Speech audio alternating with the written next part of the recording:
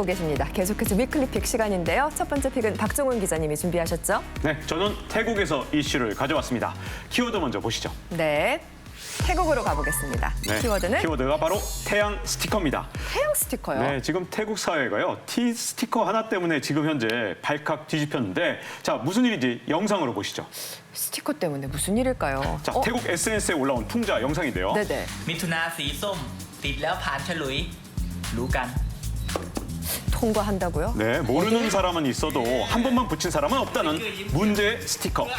자, 모양도 각양각색인 이것의 정체는 바로 뇌물 스티커입니다. 뇌물 스티커. 그런 것도 있나 봐요. แล้วตั้งคำถามว่าอุ้ยนี่มัน easy pass อะไรยังไงหรือเปล่าแต่ความจริงแล้วในความหมายของคนขับรถเนี่ยเขาจะรู้กันอยู่ขอดู 자, 저렇게 차문을 열었더니 저 안에 스티커들이 다양하게 붙어 있잖아요. 이지패스가 뇌물 스티커인데. 여러 장이네요. 네, 경찰이 과적 차량을 눈 감아주는 대가로 뇌물을 받고 스티커를 제공한 건데요. 네. 뇌물 금액에 따라서 통과할 수 있는 구간과 과적 허용 무게도 달라집니다. 와, 지역 한정 용도 있고 전국 전용도 있고. 개혁성행의 전진당 의원이 의혹을 제기하면서 공론화가 됐는데요. 논란이 커지면서 태국 경찰이 결국 입을 열었습니다.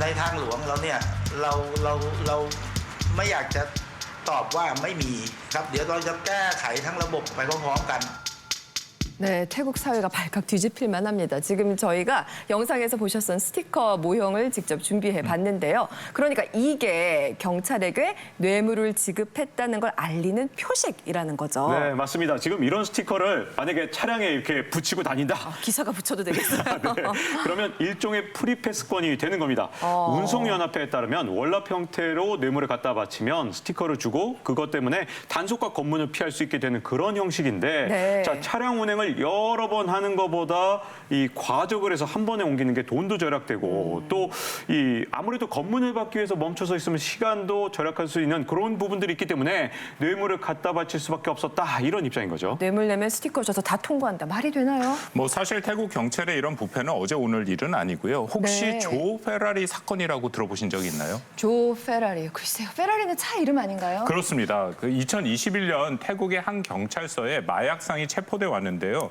조라는 별명을 가진 경찰서장이 범죄 무마를 조건으로 7천만 원의 뇌물을 그렇게 요구한 일이 있었습니다. 네. 그 당시 용의자가 말을 듣지 않자 그 조 서장과 부하 직원이 함께 용의자 머리에 비닐봉지를 겹겹이 씌우고 고문 협박을 했는데 이 과정에서 용의자가 질식해서 결국 사망을 한 것이죠. 사망까지. 게다가 이후에 그 서장의 월급이 170만 원 가량인데 보시는 것처럼 페라리 등 그 슈퍼카만 수십 대가 있고 그렇게 부정 많이. 축제로 형성한 재산이 무려 500억이 됐다 해서 공분을 산 적이 있습니다. 그렇게 큰 돈을. 그래서 조 페라리이군요. 아, 참 기가 막힌 일입니다. 태국 경찰이 이번엔 달라질 수 있을지 지켜봐야겠고 계속해서 두 번째 픽 넘어갈게요. 박원건 교수님이 예, 준비해 그 제 취미 중에 하나가 그 등산인데요. 제 등반 리스트, 그 버킷리스트와 관련된 이슈입니다. 키워드부터 한번 확인해 보시죠. 등산을 좋아하시는 박원건 교수님이 고른 픽은 쓰레기 최고봉. 뭔가 산이랑 관련되어 있는 것 같은데 좋은 이야기는 아닌 것 같기도 해요. 예, 그렇습니다. 그 최근 세계에서 가장 높은 쓰레기장이다라는 오명을 받은 곳이 있는데요. 과연 그것이 어디일지 영상으로 한번 같이 확인해 보시겠습니다. 네. 산악인들에게는 이게 꿈의 산이라고 불리는 세계 최고봉 에베레스트에 이게 에베레스트.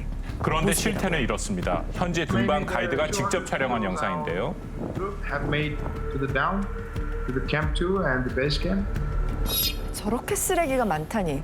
언뜻 봐서는 에베레스트인지 쓰레기 매립지인지 구분이 안 될 정도고 너무하다 싶습니다. 진짜. 예. 인간이 버리고 간 텐트와 침낭, 비닐 등 각종 쓰레기로 뒤덮여서 그야말로 발 디딜 틈도 없는 그런 모습입니다. 네네. 정상 가까운 곳에도 저렇게 If you 쓰레기가 don't want to pick up 많네요. your trash, don't come to the mountain. Just leave your garbage to your home, not to the mountain. 그 네팔 정부는 2019년부터 에베레스트 정화 캠페인을 벌이고 있지만 이 쌓여가는 쓰레기를 모두 치우기에는 역부족이라고 합니다. 에베레스트는 지금 쓰레기로 몸살을 앓고 있습니다. 와, 설경이 아니고 쓰레기로 뒤덮인 에베레스트라니 참 충격입니다. 그렇습니다. 제가 산을 좋아하는데 저도 이런 모습을 보니까 씁쓸한데요. 네. 이렇게 워낙 쓰레기 문제가 심각하다 보니까 네팔 정부가 2014년부터 1인당 약 520만 원의 보증금을 주고 하산할 때 8kg의 쓰레기를 갖고 오면 다시 그것을 돌려주는 제도를 시행하고는 있는데요. 예. 그 환급률이 절반도 안 된다고 합니다. 다소 무책임한 건 아니니까. 네, 이게 이제 등반하는 사람이 너무 많아서 생기는 문제이기도 한데요. 특히 그 봄철 등반 시즌에 인파가 많이 몰리다 보니까 에베레스트 병목 구간에서 인간 교통체증이 발생한다고 합니다. 네. 그 네팔 정부가 등반 허가증을 남발하고 있다는 지적도 나오고 있는데 에베레스트 산을 등반하려면 1인당 1,400만 원 정도를 내고 허가증을 받아야 하는데 이게 네팔 정부의 주요 수입원이다 보니 입산 제한이라든지 아하. 뭐 쓰레기 문제 대응에 있어서도 정부가 좀 대응이 소극적이지 않나라고 판단해 볼 수가 있죠. 예. 그러네 여러 가지 요인이 있네요. 네네. 올해가 인간이 에베레스트 정상에 발을 디딘 지 70주년이 되는 해라고 하는데 도전 정신도 좋지만 정말 자연과 환경을 보호해야 하는 마음을 잊지 않아야겠습니다.